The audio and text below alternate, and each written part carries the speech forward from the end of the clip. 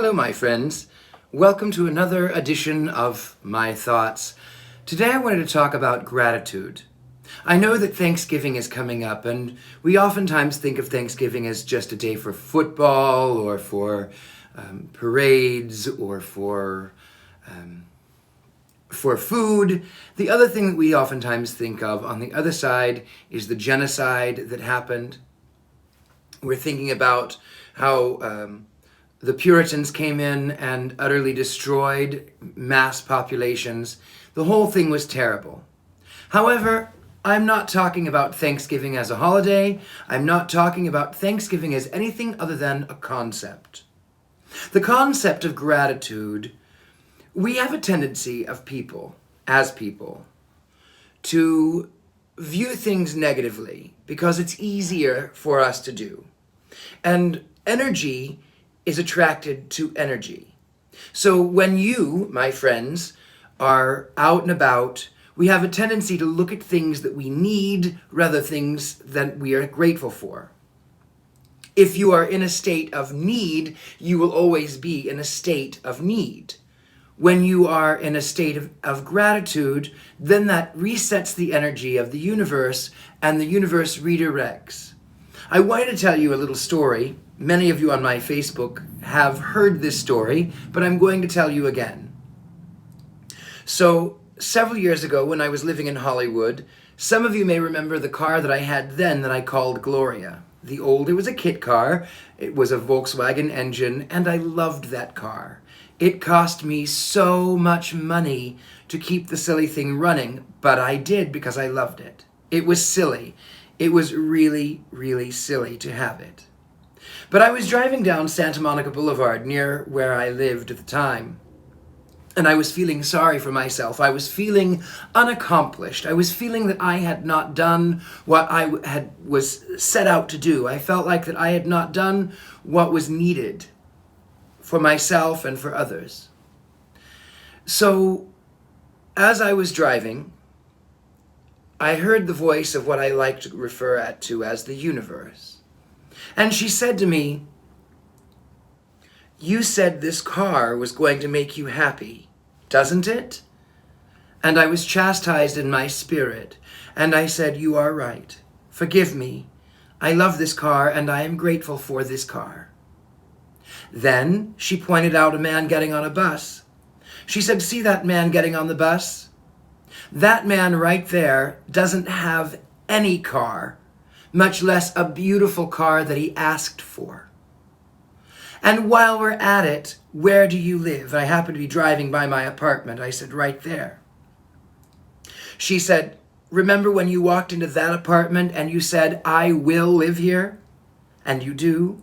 And remember when you said that you wanted to have antique furniture that was French inspired but Victorian? So 100-year-old, at least, 100-year-old reproductions of 200-year-old furniture.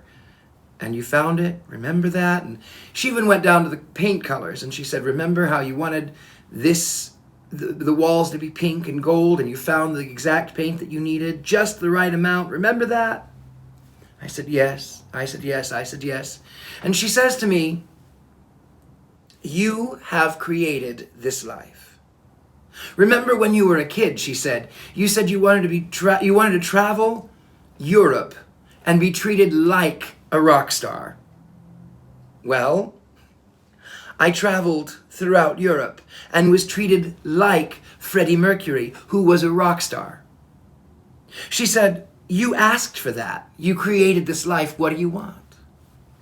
She said, remember when you were a kid, when you were a child, and you said you wanted to wear a custom 3-piece suit every single day and wear a top hat and carry a cane, and that people were going to take your picture and give you money. Remember that?"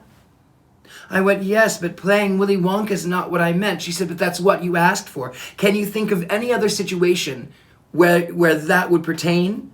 And I went, "No."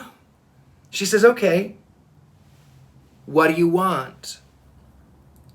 I said, I was trying to be really self-humble and sort of pat myself on the back, and I said, "I just want to be able to take care of myself." And she said, "You do take care of yourself. Nobody pays your bills but you. What do you want? I went, oh. She said to me, what do you want? I said, okay, you want me to be bigger. You want it bigger. You want it bigger, I can go bigger. So I said to the universe, I said, I want to be an actor. Yes, I want to be an actor. And she said, you are.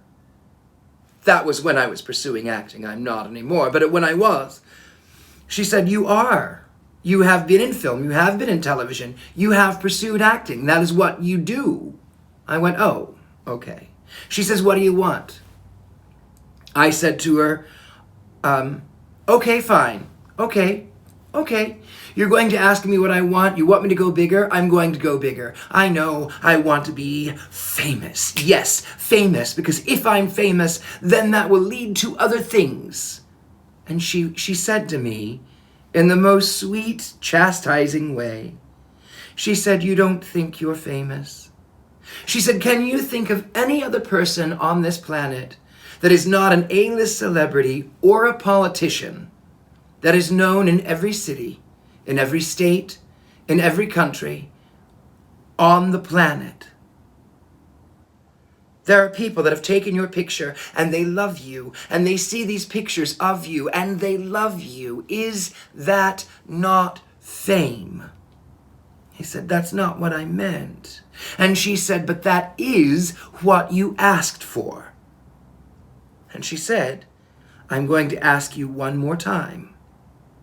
What do you want? And I went, I don't know. I don't know.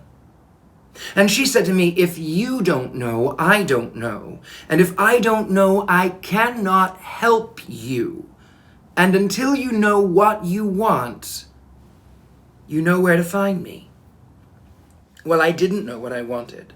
And I drifted for 2 years. And if it wasn't bad enough, everything that could have gone wrong did. And as a last resort, I was leaving Los Angeles. I was leaving LA. I went, you know what? I'm tired. I'm leaving.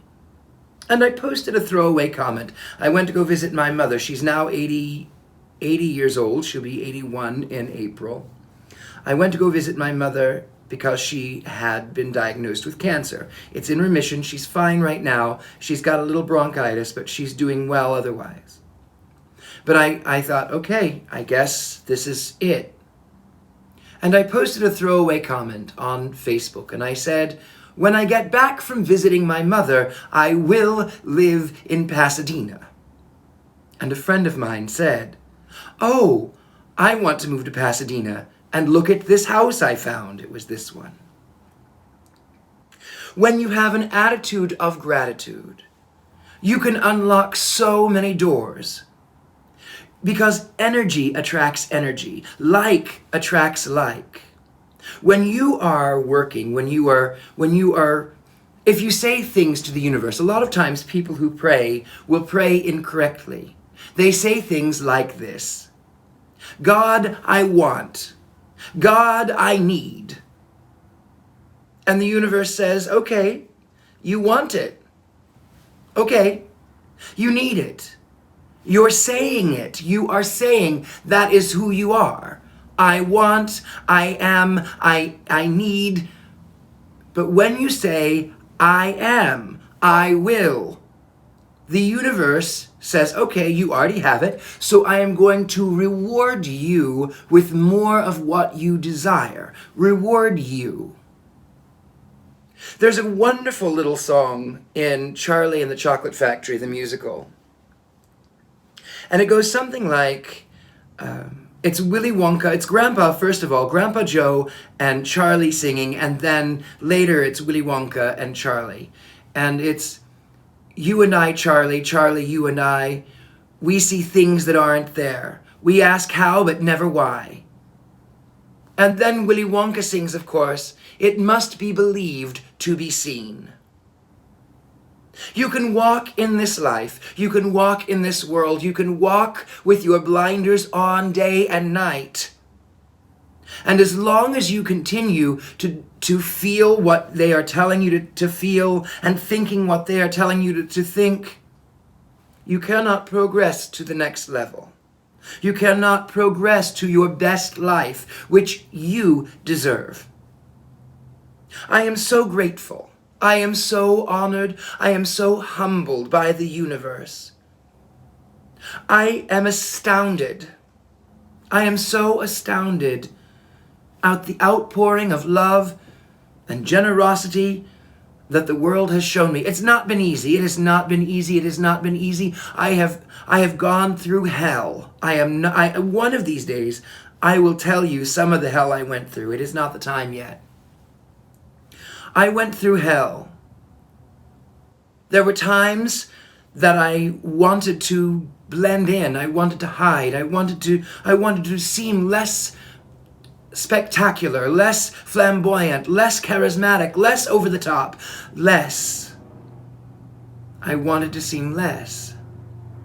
I wanted to change who I was to suit those around me. But deep inside, in my mind and in my heart, I knew who I was. I knew who I was. I knew. I tell this story. There's another story I want to tell you. When I was a teenager, I got involved in the theater because that was the only sanctuary that I could find. When I went to church, they would try to pray the demons out of me. I didn't know what they were talking about. Now I get it, but in those days I didn't understand. When I went to school, they would threaten to put my head against the curb and kick out my teeth. When I would go home, my older brothers would torment and taunt me. I had no safe space. I had nothing, I had nowhere to go excepting for the theater. When I went into the theater, for an hour, I was somebody else, that weird, buck-toothed, pale kid with red lips that people thought was wearing lipstick. That weird kid didn't exist anymore, and for an hour, I could be somebody else. And I remember I was 13. I was doing Lost in Yonkers. It's a lovely play. It takes place in World War II. And one of my dearest friends on this planet was playing my auntie in the show. She's a few years my senior, and what a lovely, lovely creature she is. What a beautiful friend. I was sitting backstage, and I was conflicted with who I am as a person, with the way that I was perceived. I was not focused on my task at hand. I was focused on all of these bundle of nerves that were building up inside of me. All of these nerves. And I conjured up this picture of me in the future, now, as an adult, as a man, sitting in the chair that I have in my chamber. It's a big throne chair. It's beautiful. It looks Germanic. But I was 13, and I had this picture of me in this suit, in this chair. And I quickly changed it. I changed it. I went, no, that's so effeminate. That's so gay. That's so weird. That's so out of the normal. And I conjured up another image that I thought maybe that's what I want to be. Now, mind you, it was the 90s. It was the height of the grunge. I pictured myself wearing a flannel shirt with stringy hair and holey jeans. And I went, yeah, maybe that's what I want. It wasn't. I heard the voice, as I am speaking to you now, I heard the voice of my friend say to me, well, if you ask me, I liked the first one. That seems a whole lot less gay than the other one. But I mean, that's just me. I mean, I really just want you to be happy. I turned around and I looked at my friend Brandy, and she had a knowing smile on her face. I was embarrassed that she could read my thoughts, but she did. I later confirmed with her that is exactly what she was thinking. And my point of telling that story is, life is so short.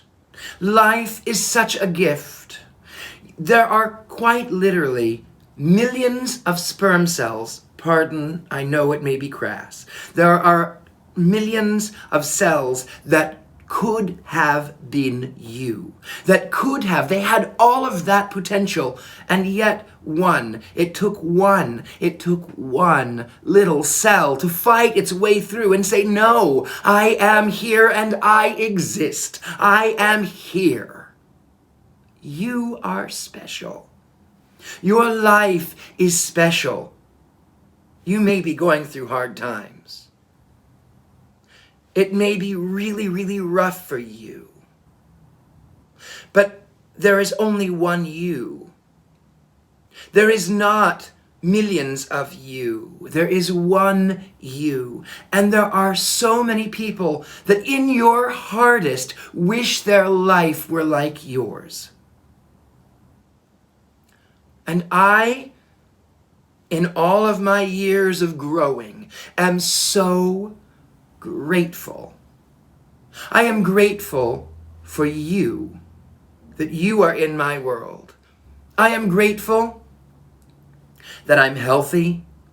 I am grateful that I have clothing on my back. I am grateful for Ghost Adventures. I am grateful for America's Next Top Model. I am grateful for my silly little old car that brings me so much pleasure. I am grateful for this room, for this chamber. I am grateful that you are here to join me today. And on a closing note, I want you to know that even though I may not have met you, even though I may not know your face, even though I may not know your name, all of those out there in this world who are watching me either live or on YouTube, those that are watching me, those that have been so kind to me, thank you. Thank you. Thank you. With all of the love in the world, I bid you a good morning, a good afternoon, and a good night.